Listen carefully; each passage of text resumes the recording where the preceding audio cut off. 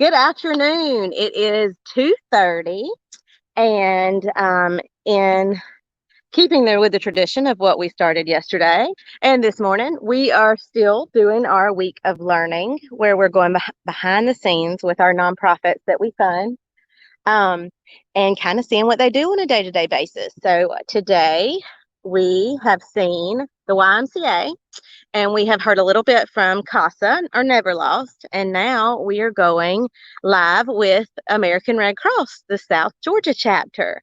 So South Central, Southwest Georgia chapter, something. But a lot of people didn't know that you can actually, there is a location here in town in Colquitt County, and I wanted to kind of bring you up here. Got out of my car. I want y'all to see this. It's like storage units. And this is the location of our American Red Cross. So you can see the Red Cross truck. Let's see. And we are right across from the country club. If you know where the Sunset Country Club is, it's right across from the storage units over here. So you can see the sign on the door. Let's go right up here and let you see.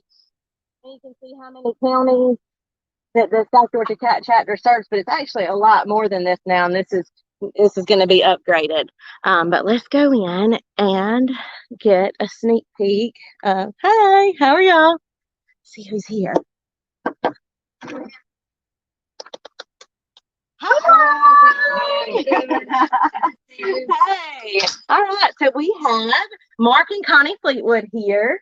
And if you know Red Cross in Colquitt County, you know Mark and Connie Fleetwood. They do a great job with helping out with home fires and disaster services and much more. So we're gonna real quick, if you want to introduce yourselves or yourself. Yeah. I'm Mark Fleetwood. I'm Connie's wife. His wife. I love it. And, we've been volunteering with Red Cross about 10 years now and have enjoyed every minute of it so far. Yeah. You want to take a short tour, Sure. just to see kind of what the building layout looks like, and then we'll get to talking. All right. Take us on. All right, this is just a small office that we have here in town. Okay. And we've got two little offices here, there. The main thing that we do here more than anything else is the paperwork. So we use the computer a good little bit. Right. The computer, we have to run copies of things. And it's just a small office. We've got this office. Sometimes if you have a meeting, sometimes the United Way comes and joins us. Yes. Come in this room. And we also keep a good little meeting spot, right? That's nice. And also in fact, we have a trailer that is ready in case a disaster were to happen. We can take that trailer right from this back, take it straight to a shelter, and set up a trailer immediately if we had a disaster here in Moultrie, which we hope we don't have. Yes, we don't, but you're prepared and ready, and that's what it's all about. And we're right here in the midst of hurricane season, right? So right. The largest one. I know, right? Here we come. And people joke because they see them all coming, and there's a million of them, but it's not nothing to joke about because it is serious. So let me bring on some guests. Let's see. Let's add Miss Terry and Miss Kathy. All right. Hey guys. Hi. I'm trying to get it set up. There you go. Okay. We good? I think so. All right. There we go. All right. So if you want to introduce yourselves, we've already met Mr. Mark and Miss Connie over here. Okay. I wore the mask just for you. Live United. It's a little whatever, but I'm going to remove it just so slightly so my voice won't be muffled. My name is Terry Jenkins. I'm the Executive Director of the American Red Cross of South Central Georgia. And as Caroline mentioned, we recently underwent a structure change, and so now we cover 20 counties. And so the chapter name is officially the American Red Cross of South Central Georgia.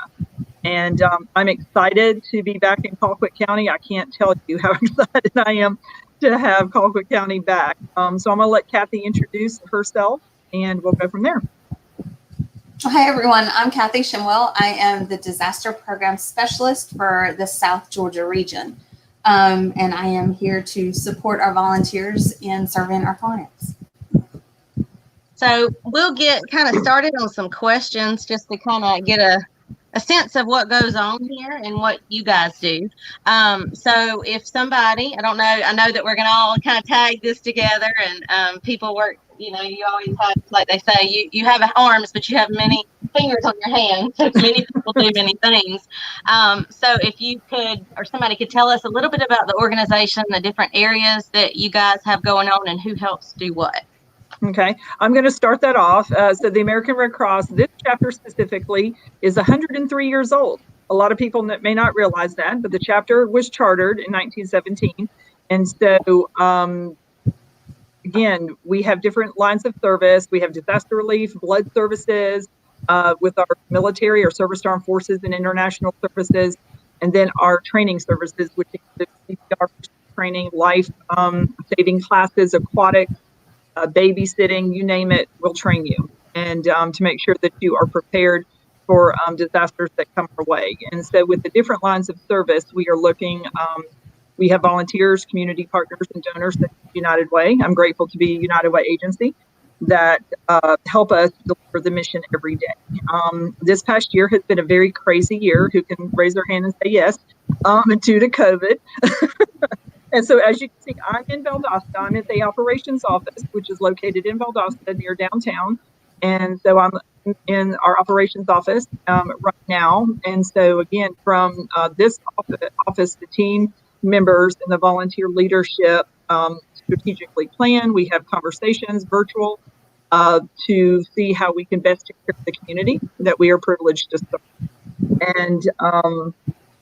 And I just wanted to throw out there, the Red Cross is the only organization that is chartered by Congress to deliver disaster relief in the way that we do it, but we're not a government agency. A lot of people have the misconception or the perception that we are a government agency. We do not receive government funding. And so that's why we rely on the generosity of donors and the power of volunteers, which is part of our mission, to take care of those who are affected by disaster every day. And the Red Cross is also the only organization who have received 4 Nobel Peace Prize awards in our history. And so that's a little bit about, our setup locally and globally. So we're glad to be here. So let's ask while we're over here. So what do you guys do? Tell us what you do. I know you told us a little bit that you volunteer, but I didn't know if y'all could tell us like a success story or something that you feel. Our primary function is what's called a DAT responder, or the Disaster Action Team. And the primary thing that we do is respond to local fires. It could be floods, it could be other disasters, but it's local stuff that we respond to very regular, unfortunately. Last year, the last 24 months at least, we responded to about 25 house fires here in Colquitt County. And every one of those, we were able to assist them both financially and emotionally, and give them some supplies and importantly, a lot of referrals on how to better, so they can better recover in their recovery. We do this all over in different counties and everything, but when we do it in Colquitt County, when it's our own county, we have formed a lot of partnerships with United Way, with the storehouse, with the food bank, with all these, the Community Action Council. And so I feel like here in Colquitt County, we are really blessed that we have all these community people that want to do things together. And so because of that, I feel like we take really good care of Colquitt County. And we know for a fact that Colquitt County has been very blessed because we have done a lot of, you said earlier, we've had a lot of hurricanes. We've had the tornadoes. We had the tornadoes that hit us 3 weeks in a row. Yeah. A Sunday, and Thursday. In Georgia, but it came real close. We were in our bathroom hiding like everybody else, and immediately got out, got in the truck that you see out there, and we rode around, and we saw the neighbors already helping each other. We were able to immediately, we gave out some tarps. We gave, some little bit of water. We just wanted a presence for them to know, okay, we're here if you need us. Right. Then we were fortunate enough that even though we needed to do a lot of other stuff, we were able to take care of our own people right here. We put, I think, 24 people maybe in a hotel that we had already decided ahead of time that we were going to take care of these hotels and they were going to take care of our clients. And then once you put them in a hotel, we were feeding them. Yeah. And so we made a lot of phone calls every day to see what they needed, what they wanted. And we were able to feed all these people until they were able to get back. And we actually were able to see them in their recovery because we would meet them at their house for the last time. Right. You know, we would go back to the house with them and give them one last delivery. We went back to the, you know, Wrap up, make just sure to everything's see there. that everything was okay. So that felt good, and I'm kind of glad it was 24 instead of 2,400 Yeah. that we had to do because we'd still be working on it right now. But that's what we And we're do. still not in the clear. No, Still we have- got more things around and about. Not at all. Mm-mm. So, Kathy, what is it that you do? I support great volunteers like Mark and Connie. We also focus on preparedness, especially with elementary school children and pillowcase projects.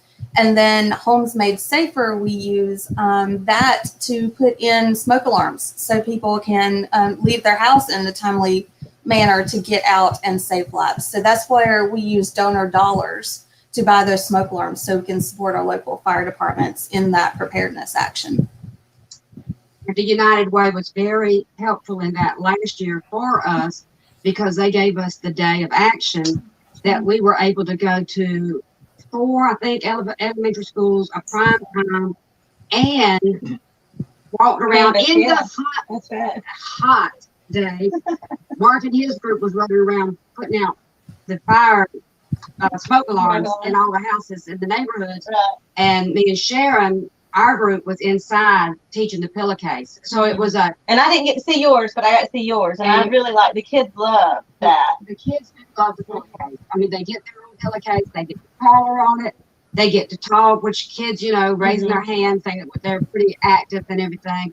And we enjoy doing the pillowcase when we can actually go with the schools. And that takes a lot of talking to the teachers and talking to the school secretaries and talking to the principals and making it happen. But it was because of the United Way that we did that really big effort last year. That was pretty good. And that's what, and we hated we had to miss out on it this year. And that's what this is actually a makeshift of that. Everything has to be done different and included. So it went from day of action to a week of learning. So we thought if we go behind the scenes of nonprofits, people could still see without having to volunteer there. They can see what's going on now. So, But we'll take volunteers. yes, volunteers needed. Always. Yes. Volunteers are needed. We'll make sure that we let everybody know that again at the end. So let's circle back real quick and let's talk about first, since y'all are here, I'll start with y'all. Why do you choose to do what you do? Why do you volunteer? I mean, like, Well, we've been blessed here in Colquitt County with the people we've been surrounded by, and it's just an opportunity for us to give back a little bit what's been given to us. And it's enjoyable, it's satisfying, it's rewarding, it's challenging a lot of times. In the final word, it's helping other folks that need help when they need it. get that crown in heaven. Yeah. Well, you know, when Mark retired, he retired young because of the heart attack that happened when he was 50. And so because of that, he's not a man to sit around and do nothing. Right. And so Sam Stevens came to us and said, would y'all drive an ERV? And I said, what is an ERV? And it's an emergency response vehicle that kind of looks like a dinner truck. And we took the dinner truck, and we've been blessed, and we've traveled all over the United States with it and fed lots and lots of people. But on the day-to-day basis, what we do is we take care of the local people. And that's through the fire. And we get the calls anytime, day or night. You can get that call. And you don't necessarily want to get out of bed at 2 o'clock in the morning. But once you get there, and once you see the look in their eyes when they realize what they've lost. And before COVID, when I get to hug them, which I'm hoping one day I'll be able to hug my clients again. But that's, to me, once you've done that, once you know that you've made a difference, you gotta get hooked. And I will tell you, from most Red Cross volunteers that I know all over the United States, you get hooked. And you can't stop doing it. You want to do it so bad. Help. Yeah. It's just a rewarding experience. And it's something that we can do together. So any couples out there that want something to do, That's right. Jeff, are you listening? Yes. So let's move over and ask Terry, do you want to tell us a little bit why you chose to, I know that you've had a few different roles in the nonprofit sector as well, but why did you choose to become the director? Well, I was actually a volunteer first. I was a board member, and I joined the Red Cross board in January 2007.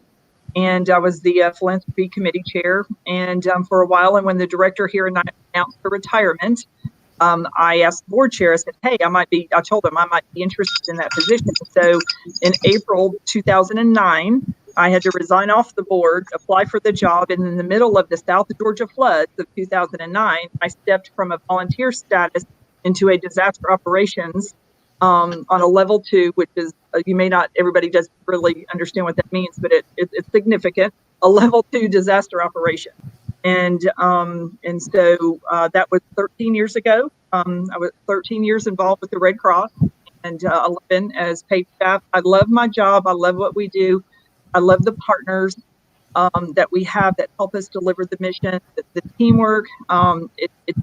It takes more than just one agency, to be able to work together to help people that have been affected by disasters. So not one agency can do it alone. Again, and to our mission, the power of volunteers and the generosity of donors enables us to do what we do. And I've been in nonprofit for 22 years of my 23 in Valdosta, and it's in my blood. And I love what we do and how we help people. I apologize about the phone call, but Mark is virtually in California right now. Yes. He's feeding 4,000 people a day with a team in California, and this virtual world is very different. We're Mark to tell you, he's been great. Tell us about the virtual feeding program you have going. Well, yeah, right now we have been out with the California wildfires, and what we've got is 42 hotels in the Fresno area that have about 1,800 people in them, and we provide them 3 meals a day through catering and some local providers out there. And our function virtually is just to make sure that the food is ordered and delivered and that it's satisfactory. But it's a pretty good chore. What's been fun about Stay busy, man. What's been fun about that is because we were virtually in Louisiana 2 weeks ago. But with this one, he's the only one that's deployed, which means that I get to do all the things that we do here in town, with bluebirds and all that. So, and grandbabies. Even with that, though, we've made 3 fire calls here in the last several weeks, even while we were deployed virtually somewhere else. So it works so that we can help folks here and help folks in California, Louisiana, wherever needs help. And I can say on my end of working, I've had the chance to work with Connie and Mark recently, which I have several times. But this last time, their thoroughness of their checking into situations, whether it's a house fire or anything, is astounding. Because I thought I had it together in surveying and trying to make sure that I'm checking behind people to make what they're doing. And if their house fire was this many weeks, but when I get a phone call from Connie and she knows the ins and outs, you're in a small town, and I was like, I am so thankful that they were able to assess that and help me get everything on track with that and know where we were. So it works. Right. So a lot of hands again. So Kathy, do you want to have a chance to tell us why you chose to work in your position or with Red Cross? Sure. My background is mental health in disasters. So Red Cross had an opening, and I figured if we could get them prepared and were more ready to respond to a disaster, we wouldn't have as many mental health effects afterwards. And I just want to say I am so blessed to work with Connie and Mark because they are amazing and have taught me so much in this little bit of time. So Colquitt is lucky to have them. I know. What happens if they get tired? They can't. It's not allowed. What if they decide they don't want to do it?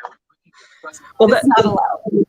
Well, that's why we need more volunteers. And so there are multiple volunteer opportunities, from disaster action team that they mentioned, helping them respond to that those daily home fires. And we have shelter opportunities now virtually, although virtually the need is still there for shelter workers. And so if anybody is interested in learning more about how to volunteer, disaster mental health, or in the health services, and Kathy, correct me if I, misspeak, but I think that those are key areas where we are needing some volunteers. On my side of the house, we call my side of the house, I am looking for, we have open slots for board members. I'd love to have a county representative help me, be that face of Red Cross right there in Colquitt County.